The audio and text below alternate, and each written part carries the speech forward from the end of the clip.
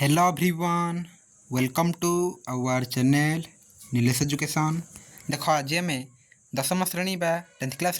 तुम साहित्य सिंधुर M L Odia बा साहित्यर आज आम द्वितीय गद्य जहाँकि रही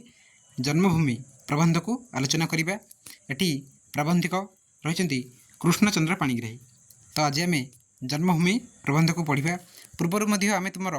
बंदोत्कल जननी कांतकवि लक्ष्मीकांत महापात्र एसबू पाठ गुड़िक पढ़ी जो मैंने भी देखी ना चैनल को जाई देखी नेब। एवं आज आम द्वितीय गद्य जन्मभूमि को पढ़ा। तो क्लास स्टार्ट करने पूर्व गोटे इंपोर्टाट कथा जे प्रतिदिन आमर संध्या 7टार 7 PM आमर चैनल नीलेश एजुकेशन रे क्लास हो तुम दशम श्रेणी पे। तो समस्त क्लास गुड़ कर ओके यूट्यूब रे फ्री क्लास गुड़ दी जाऊँगी। तो टेलीग्राम ग्रुप में जॉइन कर से तुमको इंपोर्टाट नोट्स है पीडीएफ ओके बोर्ड रू जहाँ भी इंपोर्टाट नोट्स गुड़िक आसूँ नोटिस गुड़िक सब दी जाऊँगी। तेणु टेलीग्राम रे जॉइन कर नेब आ व्हाट्सएप चैनल को फॉलो कर तले लिंक देदेवी तुम्हें जाकि जॉइन करने सहित व्हाट्सएप फॉलो कर। देख जन्मभूमि कहले जो आम जन्मग्रहण कर जो भूमि आम जन्म कर जन्मभूमि एटी लेखक किए पे मैंने ना कृष्णचंद्र पाणिग्राही। तो कृष्णचंद्र पाणिग्राही जो जन्म होता 1909 आउर मृत्यु घटी 1987 मसीह। देख ये लेखक परिचय पढ़ा देन आम पाठ को पढ़ा। लेखक परिचय रही देख जे प्रसिद्ध ऐतिहासिक और प्राबंधिक कृष्णचंद्र पाणिग्राही मयूरभंज जिलार खिचिंग ठारे जन्मग्रहण करते। तो कृष्णचंद्र पाणिग्राही कौन ना जड़े प्रसिद्ध ऐतिहासिक थे राइट आउ प्राबंधिक थे जे प्रबंध लिखती राइट। तो मयूरभंज जिलार खिचिंग ठारे से जन्मग्रहण करते। कि मैंने मयूरभंज देखुच मत कमेंट बॉक्स में कह ओके। अच्छा अध्यापना सहित प्रत्नतत्व गवेषण व्यापृत रही से बहु नूतन ऐतिहासिक तथ्यर संधान करते। तो से अध्यापना सहित पढ़ा सहित से प्रत्नतत्व गवेषण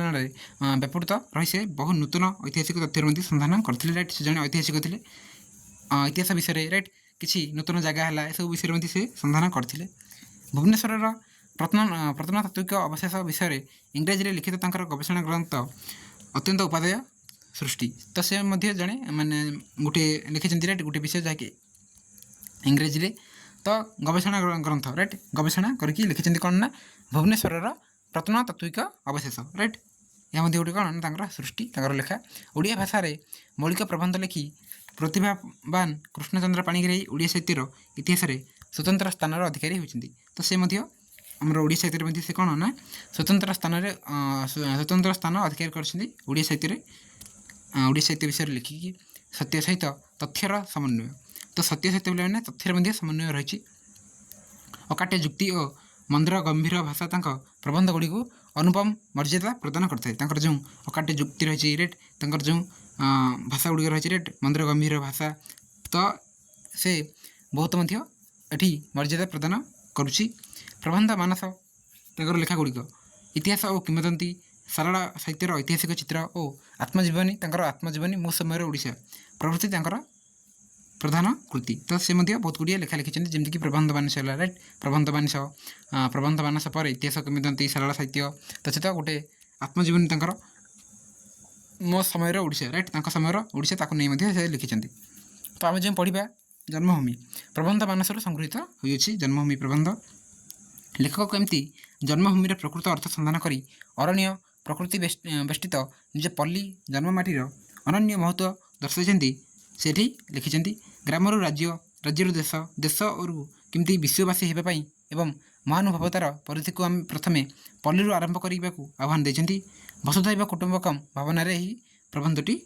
परिपुष्ट रही। ताले आम पढ़ा प्रबंध को जाना प्रबंध कौन लिखिं जन्मभूमि विषय। देख प्रबंध कहते क्या मोर जन्मभूमि बोली कहबी यही विशाल पृथ्वी विशाल एशिया महादेश विशाल भारतवर्ष ओडिशा देश बा मोर जन्मस्थान पल्लीग्राम। तो कवि माने प्राबंधिक कहते कृष्णचंद्र पाणिग्राही जे मोर जन्मभूमि बोली मुझे क्या कहबी ये जो विशाल पृथ्वी रही ना विशाल एशिया महादेश को कहबी ना विशाल भारतवर्ष को कहबी ना ओडिशा देश को कहबी ना मु जो जन्मस्थान राइट मोर जो पल्लीग्राम हो तो मुझे पल्लीग्राम कहबी। एमान मध्य कहीं कहारी ठारू विच्छिन्न हो व्यापक अर्थ में यह समस्त मोर जन्मभूमि हेले हैं। तो एमाने कौन विच्छिन्न कि ना मैंने गोटे ही ମାନେ କ'ଣ ସବୁ ଲିଙ୍କ୍ ରହିଛନ୍ତି ନା ଆମର ବିଶାଳ ଏସିଆ ମହାଦେଶରେ ଆମର ସରି ବିଶାଳ ପୃଥିବୀରେ ବିଶାଳ ଏସିଆ ମହାଦେଶ ରହିଛି। ବିଶାଳ ଏସିଆ ମହାଦେଶରେ ଆମର ବିଶାଳ ଭାରତବର୍ଷ ରହିଛି। ଏହି ବିଶାଳ ଭାରତବର୍ଷରେ ଆମର ଓଡ଼ିଶା ରାଜ୍ୟ ମଧ୍ୟ ରହିଛି ରାଇଟ୍, ଓଡ଼ିଶା ଦେଶ। ତା ସହିତ ଏଠି ଆମର ଓଡ଼ିଶା ଦେଶରେ ମଧ୍ୟ ଅନେକ ଗୁଡ଼ିଏ ଜିଲ୍ଲା ରହିଛି ରାଇଟ୍, ଆଉ ଗ୍ରାମ ଗୁଡ଼ିକ ମଧ୍ୟ ଅସଂଖ୍ୟ ଗ୍ରାମ ଗୁଡ଼ିକ ମଧ୍ୟ ରହିଛି। ତ ଏ ଯେଉଁ ରହିଛି ଏହା କ'ଣ ନା କାହାଠାରୁ ମଧ୍ୟ କେହି ବିଚ୍ଛିନ୍ନ ନୁହନ୍ତି ରାଇଟ୍, କେହି ମଧ୍ୟ ଅଲଗା ନୁହନ୍ତି। ଆଉ ବ୍ୟାପକ ଅର୍ଥରେ ମଧ୍ୟ କ'ଣ ନା ସମସ୍ତେ ମୋର ଜନ୍ମଭୂମି। ବ୍ୟାପକ ଅର୍ଥରେ କହିବାକୁ ଗଲେ ଏ ସମସ୍ତେ ମୋର ଜନ୍ମଭୂମି ହେବେ। ମୁଁ ଯଦି ପଲ୍ଲୀଗ୍ରାମରେ ଜନ୍ମଗ୍ରହଣ କଲି ତାହେଲେ କ'ଣ ନା ତାହା ଗୋଟିଏ ତାହା ଆମର ଓଡ଼ିଶା ଦେଶରେ ରହିଲା। ସେ ଓଡ଼ିଶା ଦେଶ ଆମର କେଉଁଠି ଭାରତବର୍ଷରେ ରହିଛି। ଭାରତବର୍ଷ ମଧ୍ୟ କେଉଁଠି ନା ଆମର ଏସିଆ ମହାଦେଶରେ ରହିଛି। ଏସିଆ ମହାଦେଶ କେଉଁଠି ନା ଆମର ବିଶାଳ ପୃଥିବୀରେ ରହିଛି। ତେଣୁ ଅବିଚ୍ଛିନ୍ନ ରାଇଟ୍, ମାନେ ବିଚ୍ଛିନ୍ନ ନୁହନ୍ତି, କେହି କାହାଠାରୁ ମଧ୍ୟ ବିଚ୍ଛିନ୍ନ ନୁହନ୍ତି। ଓକେ, ତ ବ୍ୟାପକ ଅର୍ଥରେ ଏ ସମସ୍ତେ ହେଉଛନ୍ତି ମୋର ଜନ୍ମଭୂମି। କିନ୍ତୁ ହେଲେ ହେଁ ମାତୃଗର୍ଭରୁ ପଡ଼ି ଯେଉଁଠାରେ ପ୍ରଥମେ ଏଠି ଦେଖ 1 ସେକେଣ୍ଡ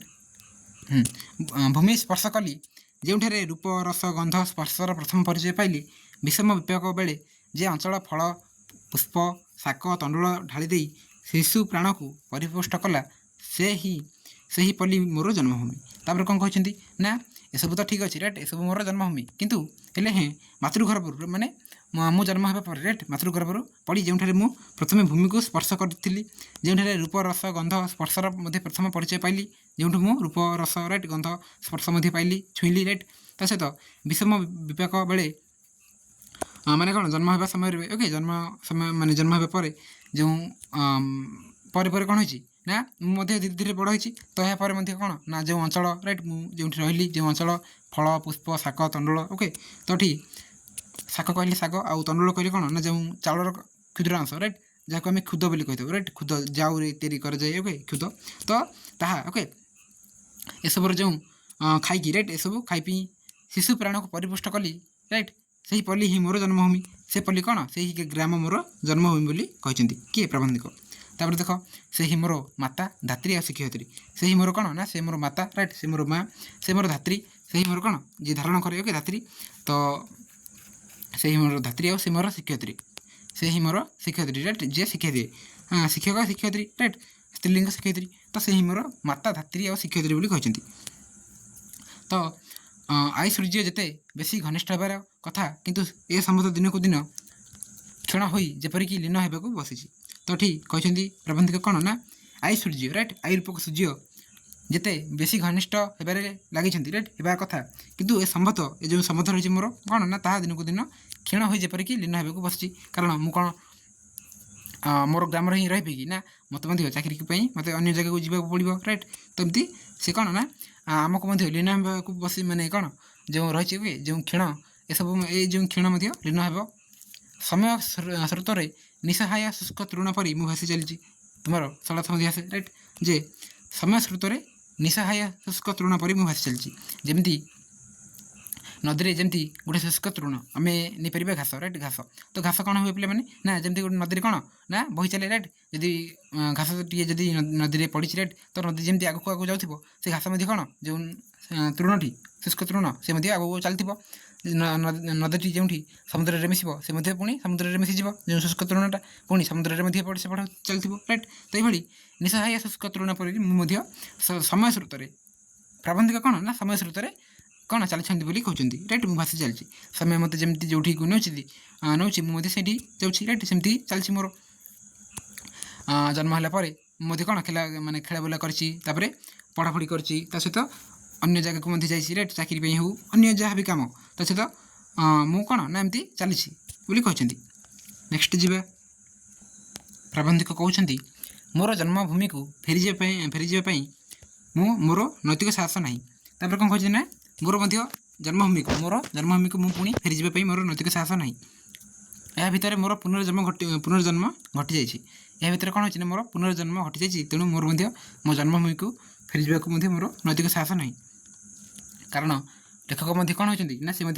ସେ ଯେହେତୁ କ'ଣ ଥିଲେ ନା ଜଣେ ଐତିହାସିକ ଥିଲେ ନା, ସେ ମଧ୍ୟ ବିଭିନ୍ନ ଜାଗା ବୁଲନ୍ତି ରାଇଟ୍, ସେ ମଧ୍ୟ ଲେଖିଛନ୍ତି ତାଙ୍କର ମୋ ସମୟର ମୋ ସ୍ୱପ୍ନର ଓଡ଼ିଶା ରାଇଟ୍। ତ ସେ ମଧ୍ୟ କ'ଣ ନା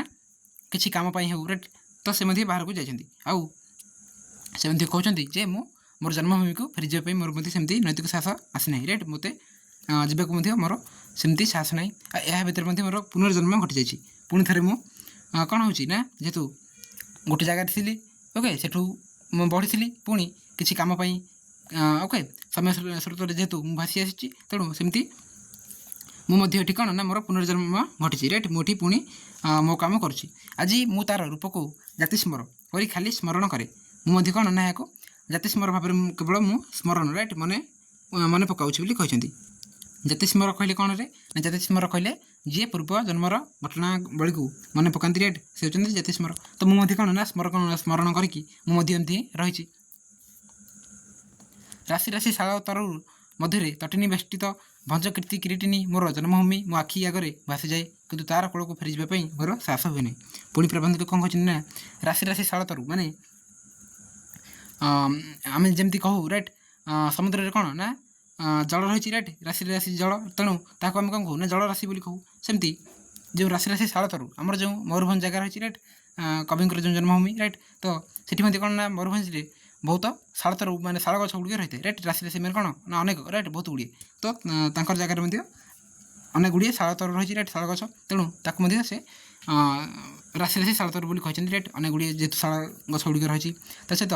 ତଟିନୀ ବେଷ୍ଟିତ ଭଞ୍ଜ କୀର୍ତ୍ତି କିରୀଟିନୀ ମୋର ଜନ୍ମଭୂମି ମୋ ଆଖି ଆଗରେ ଭାସିଯାଏ ତ ଏଠି ଦେଖ ଭଞ୍ଜ କୀର୍ତ୍ତି କିରୀଟିନୀ ଦେଖ ତୁମର ଯେଉଁ ସୂଚନା ରହିଛି ଓକେ ଶବ୍ଦାର୍ଥ ଏଠି ରହିଛି ଭଞ୍ଜ କୀର୍ତ୍ତି କହିଲେ କ'ଣରେ ନା ମୟୂରଭଞ୍ଜର ଭଞ୍ଜବଂଶର ରାଜାମାନଙ୍କର କୀର୍ତ୍ତି ତ ମୟୂରଭଞ୍ଜ ଜିଲ୍ଲାର ଯେଉଁ ଭଞ୍ଜବଂଶର ରାଇଟ୍ ତ ସେଠି ରାଜାମାନଙ୍କର ଯେଉଁ କୀର୍ତ୍ତି ତାହା ହିଁ ଭଞ୍ଜ କୀର୍ତ୍ତି ଆଉ କିରୀଟିନୀ କହିଲେ କିରୀଟରେ ଯୁକ୍ତା ବା ମୁକୁଟ ମଣ୍ଡିତା କିରୀଟିନୀ କହିଲେ କ'ଣ ନା କିରୀଟ ଯୁକ୍ତା ବା ମୁକୁଟ ମଣ୍ଡିତ ରାଇଟ୍ ଯେ ମୁକୁଟ ମଣ୍ଡନ କରେ ରାଜାଙ୍କୁ ମଧ୍ୟ କିରୀଟ ବୋଲି କୁହାଯାଏ ରାଇଟ୍ ଆଉ ଯେହେତୁ ଏଠି ସ୍ତ୍ରୀଲିଙ୍ଗ ରାଇଟ୍ ତେଣୁ ଏଠି କିରୀଟିନୀ କୁହାଯାଇଛି ଯିଏକି ମୁକୁଟ ମଣ୍ଡିତା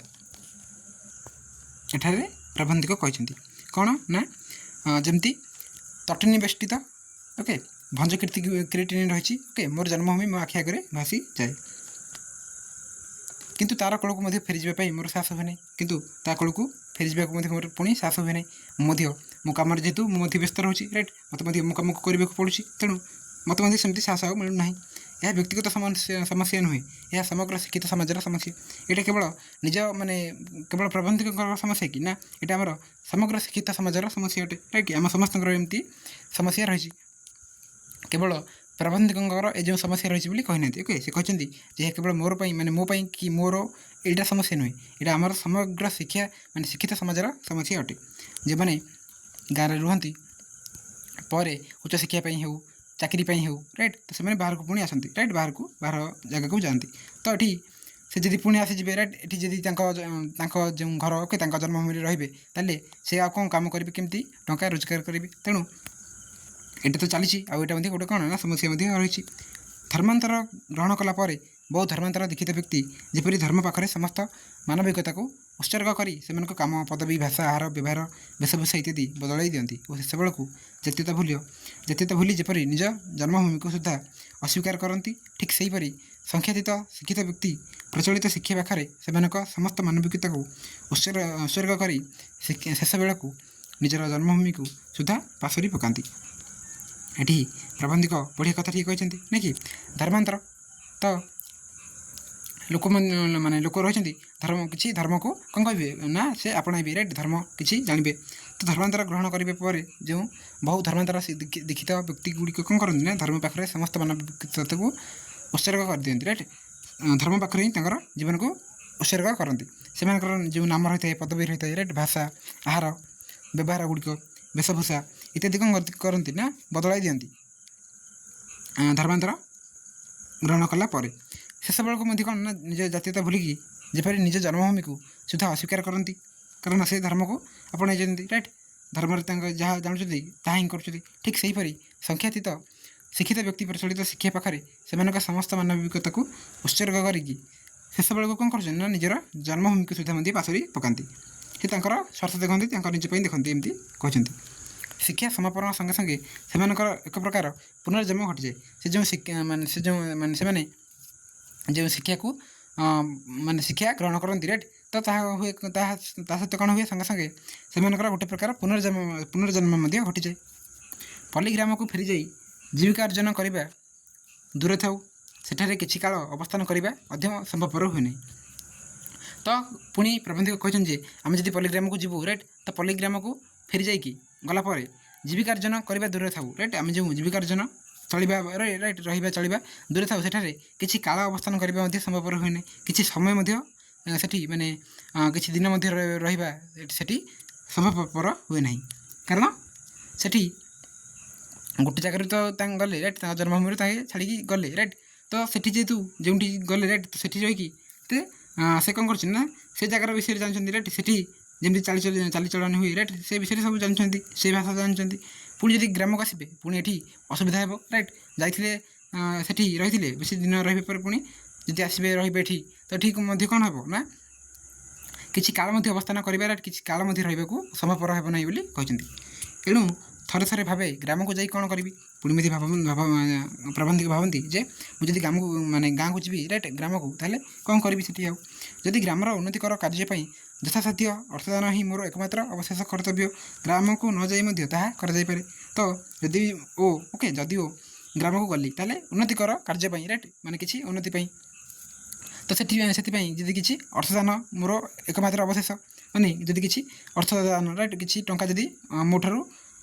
ମାନେ କ'ଣ ସାହାଯ୍ୟ କିମ୍ବା କିଛି କାର୍ଯ୍ୟ ପାଇଁ ରାଇଟ୍ ଦରକାର ତାହେଲେ ମୁଁ କ'ଣ କରିବି ନା ସେଇଟା ହିଁ ଗୋଟେ କର୍ତ୍ତବ୍ୟ ନା ସେଇଟା ହିଁ ଗୋଟେ କାମ ଗୋଟେ ଘରୁ ଯଦି ଲୋକ ଯାଉଛନ୍ତି ରାଇଟ୍ ଅନ୍ୟ ଜାଗାକୁ ତ ସେ କ'ଣ କରିବେ ସେ ନା କାମ କରିବା ପରେ ଯେଉଁ ଟଙ୍କା ତାଙ୍କୁ ଘରକୁ ଦେବେ ତାଙ୍କେ ନିଜେ ମଧ୍ୟ ଚଳିବେ ରାଇଟ୍ ତ ଏମିତି ହିଁ ଗ୍ରାମକୁ ଯଦି ଆସିବି ତାହେଲେ କ'ଣ ହେବ ନା ଆମ ଘରରେ କ'ଣ ନା ମାନେ ଘରକୁ ଟଙ୍କା ଦେବି ରାଇଟ୍ ଘରେ ଲୋକ ଚଳିବେ ତା ସହିତ ଯଦି କିଛି ଗ୍ରାମର ରାଇଟ୍ ଆମ ଯଦି ଗ୍ରାମର କିଛି ଉନ୍ନତି ପାଇଁ ତ ସେଠି ମଧ୍ୟ ଟଙ୍କା ଯଦି କିଛି ଦରକାର ହୁଏ ତାହେଲେ ତାହା ମଧ୍ୟ ଦେବି ତା ସହିତ ଗ୍ରାମକୁ ମଧ୍ୟ ନ ଯାଇ ମଧ୍ୟ ତାହା କରାଯାଇପାରିବ ଠିକ୍ ଗ୍ରାମକୁ ନ ଯାଇ ଅନ୍ୟ କାହା ହାତରେ ହେଉ ବର୍ତ୍ତମାନ ତ ଆମର ଅନଲାଇନ୍ ଚାଲିଛି ରାଇଟ୍ ତ ଏହା ଏମିତି ମଧ୍ୟ ହେଇପାରିବ କାହା ହାତରେ ମଧ୍ୟ ଦେଇପାରିବି ଏମିତି ସେ ଭାବିଛନ୍ତି ଏଇଟା କ'ଣ ନ ଆସିକି ଗାଁକୁ ନ ଆସିକି ମଧ୍ୟ ହେଇପାରିବ ନା ଜନ୍ମଭୂମି ସହିତ ମୋର ଆଉ କି ପ୍ରକାର ସମ୍ବନ୍ଧ ଅଛି ଯଦି ଏହାକୁ ଛାଡ଼ିଦେବା ତାହେଲେ ଜନ୍ମଭୂମି ସହିତ ଆଉ ଆମର କ'ଣ ମାନେ କି ପ୍ରକାର ଆଉ ସମ୍ବନ୍ଧ ରହିଲା କିଛି ନାହିଁ ତାପରେ ଦେଖ ବହୁ ବାଦ ବିସମ୍ବାଦ ସତ୍ତ୍ୱେ ପଲ୍ଲୀଗ୍ରାମର ନରନାରୀଙ୍କ ମଧ୍ୟରେ ଜାତି ଧର୍ମ ନିର୍ବିଶେଷରେ ଗୋଟାଏ ଏକ ପରିବାରତ୍ୱର ପରମ୍ପରା ଗଢ଼ି ଉଠିଥାଏ ତାପରେ କ'ଣ କହିଛନ୍ତି ନା ଏଠି ପ୍ରବନ୍ଧିକ କହିଛନ୍ତି ଯେ ବହୁ ବାଦ ବିସମ୍ବାଦ ସତ୍ତ୍ୱେ ପଲ୍ଲୀଗ୍ରାମର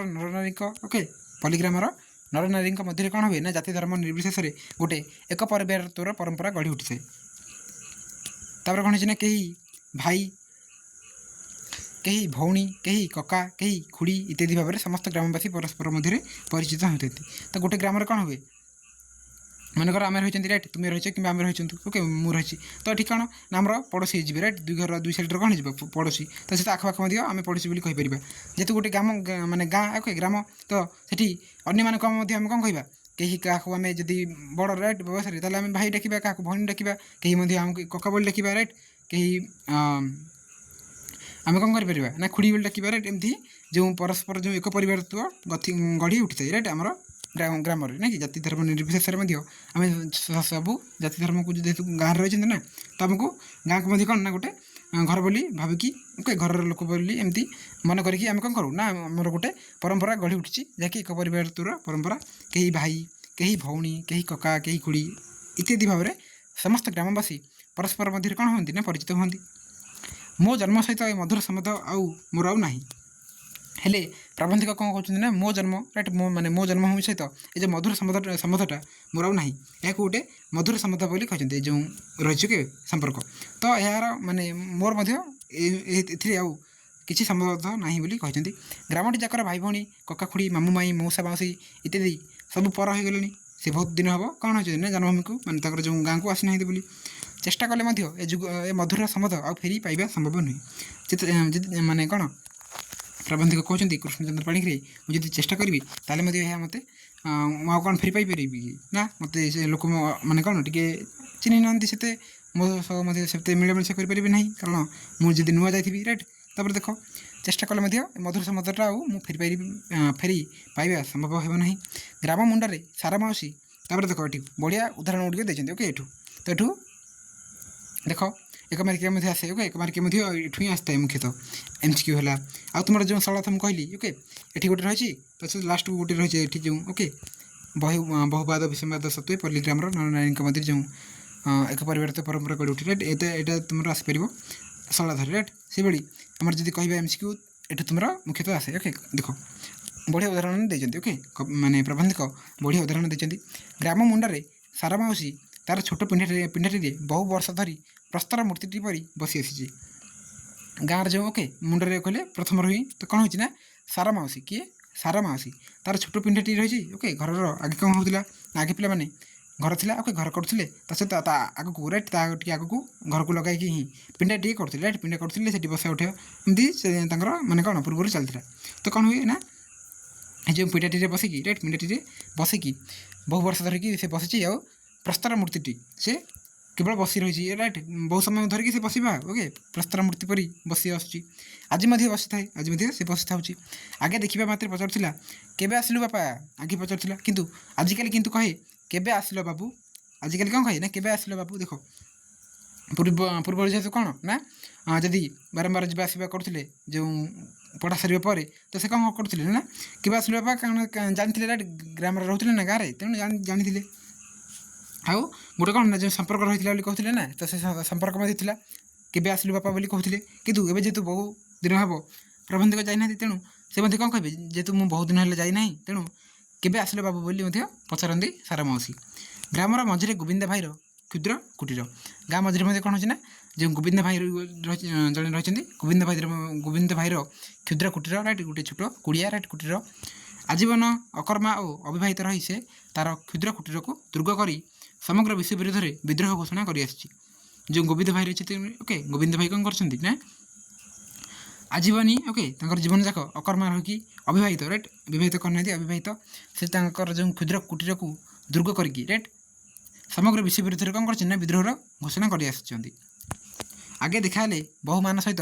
से मत कौन करते जो कुटीर रही तो से कुटीर में बसाई मनबोध चौतीसार व्याख्या करुले तो आगे जिते से भेट होते राइट प्रबंधक सहित गोविंद भाई तो कौन करते ना मनबोध चौतीसा शुणाऊे कुटीर को नहीं ओके व्याख्या करुले कुटीर मनबोध चौतीसा विषय आज मु सत चेष्टा कले तार पूर्व प्रत्यय आउ फेरी पाए ना आज जदि मु चेष्टा करी राइट सत चेष्टा कले प्रबंधक कहते मुझे आज सत चेष्टा करी ताले आउ फेरी पारि ना कारण जानी समस्त राइट मुझे बाहर रही बाहर पढ़ापढ़ी राइट बाहर किसी काम कार्य रही है राइट तो एमती जदि मत आउ समय मिल ना कि मत समय ना जाकि पुणी शुणा पढ़ा तापर देख ग्रामटी जाक नवागत अतिथि परिपूर्ण हो गला ग्रामटी जाक कौन हो नवागत अतिथि परिपूर्ण हो राइट नुआ नुआ पीढ़ी आसी राइट मैंने कौन नुआ पिले मैंने होती राइट पिला गुड़िक आसती सहित नुआ लोक रही है राइट एमती परिपूर्ण हो जाए जो आड़ को चाहिए शीर्ण मलिन उलग्न कृषधर लंबोदर अवांछित अवहेलित शिशु मान समावेश देखा जाए जेहेतु नवागत अतिथि आउठी शीर्ण मलिन राइट उलग्न कौन लंगला कृषधर लंबोदर देख ये प्रत्यय कहले विश्वास ओके प्रत्यय देन देख कृषधर कहले कौन ना अपृष्टता हेतु जो मान पेट पशि जाए राइट अपुष्टता कौन ना खाଇବା पीवा से ठीक नुह तो अपुष्टता हेतु जो मान पेट पशि जाए कृषधर कहुए लंबोदर कौन एठारे रोगादि कारण जो मैंने जो मान पेट बाहरी पड़ता है राइट रोग किसी कारण पेट बाहरी पड़ता है से लंबोदर कहुए अवांछित कहले जहाँ आम चाहूना राइट जहाँ आम चाहिए चाहूना अवांछित अनागत कहले जहाँ आसी ना भविष्य ओके तो देख प्राबंधिक ताही कहते राइट जेहेतु ग्रामटी ए कौन हो नवागत अतिथि नुआ लोक कौन ना बहुत करने पर पिला छुआ रही राइट तो एमती बहुत गुड़े पिला छुआ रही राइट गाँटा कौन हो नुआ नुआ अतिथि आसिले राइट एमती चलती कौन ना जो आड़ को चाहते शीर्ण मलिन उलग्न राइट कृषधर लंबोदर जहाँ जान राइट अवांछित अवहेलित शिशु मैंने कौन ना समावेश देखा जाए ये पिला नहीं देखा जाती एम किए सुधा मत जानते नहीं एम कमी जानवे जेहेतु प्रबंधक बाहर रोचे ना राइट बाहर रोचे तेणु ताकू कहीं जापर ना एम कई जानती ना केवे देखा आफ्रिकार नवागत जेब्रा बा जिराफ को चाह रहा परी से मत खाली चाह रही केवे कौन हुए ना से जने माने कौन प्राबंधिक जो आसती गाँव को तो कौन हुए ना ये जो रही पिला राइट तो ये जमती कि आफ्रिकार नुआ जेब्रा कि जिराफ आसमती चाह रहा परी खाली चाह रही सेमती ग्राम गुड़िक देख ଯଦି କିଏ ନୂଆ ଲୋକ କିମ୍ବା ନୂଆ ଅଫିସର ଆସିବେ ଗାଁଟି ଯାକ ଲୋକ ଆସିଯିବେ ନା କି ଗଦା ହେଇଯିବେ। ଯଦି କିଏ ଫିଲ୍ମ ଆକ୍ଟର ରାଇଟ୍ ଆସିବେ ତ ଗହଳି ହେଇଯିବେ, ଆରେ ଯେଉଁ ଫିଲ୍ମ ଆକ୍ଟର ଆସିଛି, କିମ୍ବା ଯଦି କିଏ ନୂଆ ଲୋକ ଆସେ ରାଇଟ୍ ତାଙ୍କୁ ମଧ୍ୟ ଦେଖିବେ, ଆରେ ନୂଆ ଲୋକଟା କିଏ, ନୂଆ ପିଲାଟା କିଏ ନା କି। ଆଉ ଯଦି କିଛି ଯେମିତିକି ହାତୀ ହେଲା ରାଇଟ୍ ଏସବୁ ଆସିଲେ ମଧ୍ୟ ମାନେ କ'ଣ ମାନେ ଓଟ ଘୋଡ଼ା ରାଇଟ୍ ତ ଏସବୁ ଆସିଲେ ମଧ୍ୟ ଗାଁ ଲୋକମାନେ ଗଦା ହେଇଯାଆନ୍ତି ନାଇଁ କି ଦେଖିବାକୁ। ସେମିତି ମୁଁ ଯଦି ଯିବି ରାଇଟ୍ ଯେହେତୁ ମୁଁ କ'ଣ ନା ବାହାରେ ରହିଛି ନା, ତ ମୁଁ ଯଦି ଯିବି ତାହେଲେ କ'ଣ ହୁଅନ୍ତି ନା ମୋତେ ମଧ୍ୟ ଦେଖନ୍ତି ରାଇଟ୍ କେମିତି, ଯେମିତି ଆଫ୍ରିକାରୁ ନବାଗତ ଜିରାଫ୍ ଏସବୁ ଆସିଲେ ଯେମିତି ଚାହିଁ ରହନ୍ତି ନାଇଁ କି ସେମିତି। ତାପରେ ଦେଖ ଗ୍ରାମବାସୀମାନଙ୍କ ମଧ୍ୟରୁ ଯେଉଁ ଶିକ୍ଷିତ ଓ ଅର୍ଦ୍ଧଶିକ୍ଷିତ ନବଯୁବକମାନେ ଚାକିରି ନ ପାଇ ଜନ୍ମଭୂମି ଛାଡ଼ି ନାହାନ୍ତି ସେମାନେ ରାଜନୀତିର ଆଶ୍ରୟ ନେଇଅଛନ୍ତି। ତ ଯେଉଁମାନେ ମଧ୍ୟ ଶିକ୍ଷିତ ହୁଅନ୍ତୁ କିମ୍ବା ଅର୍ଦ୍ଧଶିକ୍ଷିତ ଯଦି ଚାକିରି ନ ପାଇ ରାଇଟ୍ କିଛି କାମ ନ ପାଇ ରହିଛନ୍ତି ଗାଁରେ, ଜନ୍ମଭୂମିକୁ ଛାଡ଼ି ନାହାନ୍ତି ରାଇଟ୍ ତାଙ୍କ ଗାଁକୁ ତାଙ୍କ ଘରକୁ ଛାଡ଼ି ନାହାନ୍ତି, ଯାଇନାହାନ୍ତି ତାଙ୍କ ଗାଁ ଘର ଛାଡ଼ିକି, ତାହେଲେ ସେମାନେ କ'ଣ କରିଛନ୍ତି ନା ରାଜନୀତିରେ ମଧ୍ୟ ଆଶ୍ରୟ ନେଇଛନ୍ତି। ଏମାନଙ୍କ ମଧ୍ୟରୁ କେହି କଂଗ୍ରେସୀ, କେହି ଗଣତନ୍ତ୍ରୀ, ଆଉ କେହି କମ୍ୟୁନିଷ୍ଟ ଓ କେହି ସୋସିଆଲିଷ୍ଟ। ଏମାନଙ୍କ ମଧ୍ୟରୁ କିଏ ରହିଛି କ'ଣ ନା କଂଗ୍ରେସ ରାଇଟ୍, ତା ସହିତ କିଏ ଗଣତନ୍ତ୍ରୀ ହେଇଥିବ, କେଉଁମାନେ କମ୍ୟୁନିଷ୍ଟ ଯାଆନ୍ତି ରାଇଟ୍, କେଉଁମାନେ ସୋସିଆଲିଷ୍ଟ ଏସବୁ ହେଉଛନ୍ତି। ଯଦି କେହି ଏହି ରାଜନୈତିକ ମତବାଦ ମଧ୍ୟରୁ କୌଣସିଟିର ଅନ୍ତର୍ଭୁକ୍ତ ନୁହେଁ ତାହେଲେ ସେ ଏମାନଙ୍କ ମଧ୍ୟରେ ସୁଦ୍ଧା ଅନ୍ତର୍ଭୁକ୍ତ ନୁହେଁ। ଯଦି ଏମାନଙ୍କ ମଧ୍ୟରେ ଯଦି ଜଣେ ନାହିଁ ତାହେଲେ ସେ ମଧ୍ୟ କ'ଣ ନା କେଉଁଠି ମଧ୍ୟ ଆଉ ସେ ଅନ୍ତର୍ଭୁକ୍ତ ହେଇପାରୁନାହିଁ। ଅନ୍ୟ କଥା ଦୂରରେ ଥାଉ, ଏମାନଙ୍କ ସହିତ ପଲ୍ଲୀ ପ୍ରକୃତିର ଶୋଭା ମଧ୍ୟ ଉପଭୋଗ କରିବା କିମ୍ବା ସାହିତ୍ୟ ଚର୍ଚ୍ଚା କରିବା ମଧ୍ୟ ସମ୍ଭବ ନୁହେଁ। ପଲ୍ଲୀ ପ୍ରକୃତିର ଶୋଭା ହେଉ ରାଇଟ୍, ତା ସହିତ ଉପଭୋଗ କରିବା ହେଉ, ସାହିତ୍ୟ ଚର୍ଚ୍ଚା ଏସବୁ ମଧ୍ୟ ତାଙ୍କର କ'ଣ ନା ତାଙ୍କ ଦ୍ୱାରା ସମ୍ଭବ ନୁହେଁ। ରାଜନୈତିକ ମତବାଦ ଅନୁସାରେ ଏମାନଙ୍କ ମାନସିକ ପରିବର୍ତ୍ତନ ମଧ୍ୟ ଘଟିଯାଇଛି। ରାଜନୈତିକ ମତବାଦ ଅନୁସାରେ ମଧ୍ୟ କ'ଣ ହେଉଛି ନା ମାନସିକ ଯେଉଁ ପରିବର୍ତ୍ତନ ରାଇଟ୍, ମନର ବିଚାର ମଧ୍ୟ ଏସବୁ ମଧ୍ୟ ଘଟିଯାଇଛି ରାଇଟ୍, ପରିବର୍ତ୍ତନ ଘଟିଛି। ଏମାନେ ପୁଷ୍ପିତ ପଳାଶ ବନରେ ଦେଖନ୍ତି ବିଦ୍ରୋହର ବନି,